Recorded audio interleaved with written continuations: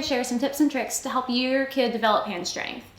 A lot of kids have poor hand strength due to neurological conditions or poor muscle tone, but a lot of the kids that we see in OT actually have the potential to have normal hand strength, but just aren't given the opportunities to do so, usually due to just a lack of the appropriate play experiences in order to develop those skills. So if you think 10 or 15 years ago, the toys that kids were playing with are physical toys, and the activities that they're doing outside, running around, those naturally develop hand strength and fine motor skills. Whereas now our kids are much more interested in watching TV or playing on a tablet, and that doesn't develop those motor skills at all.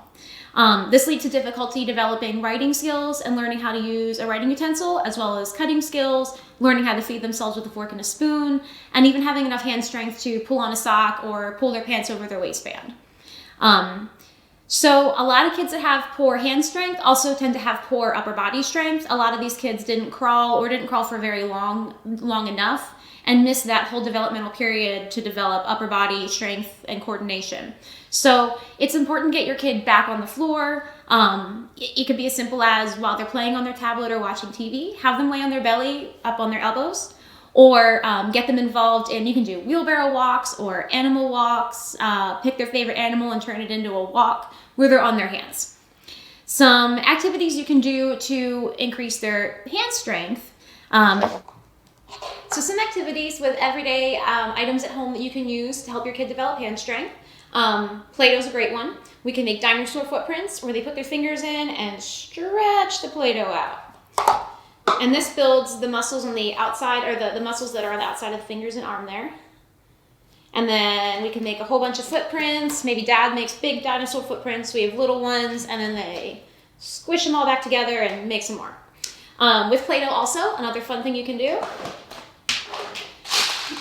is get some little beads, hide them in the Play-Doh, for your kiddo, and then your kid's gotta kind of figure out where they are, pull the Play-Doh apart, and get all the beads out. Once they get all the beads out, you can have them push them all back into the Play-Doh and then pinch it to hide.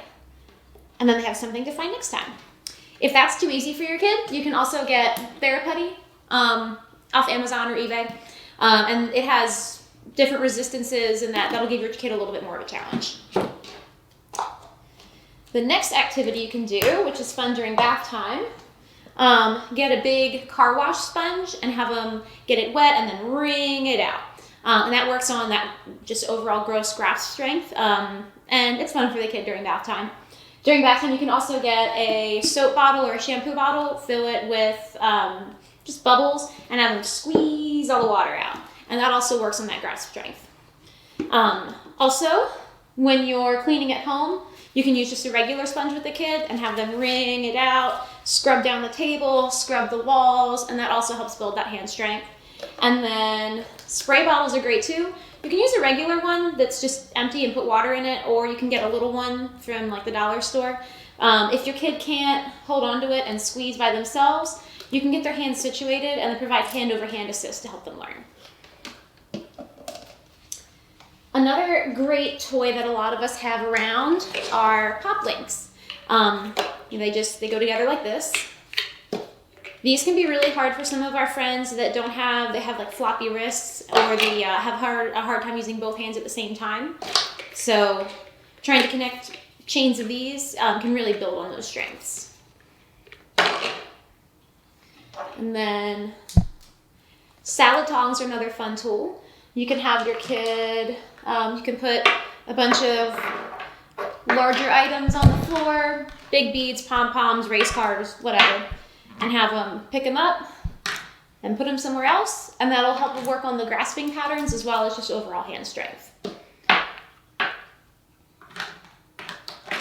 And when that gets too easy, you can get some chip clips like these, like the ones you get at the grocery store,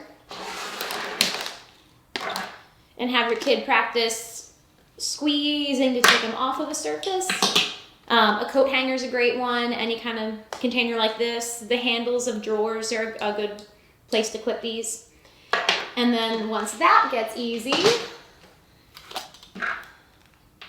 you can get some little pom-poms and have your kid practice picking them up and dropping them in. You can also do that activity with little strawberry stem tweezers. And that also works on building hand strength and grasping skills.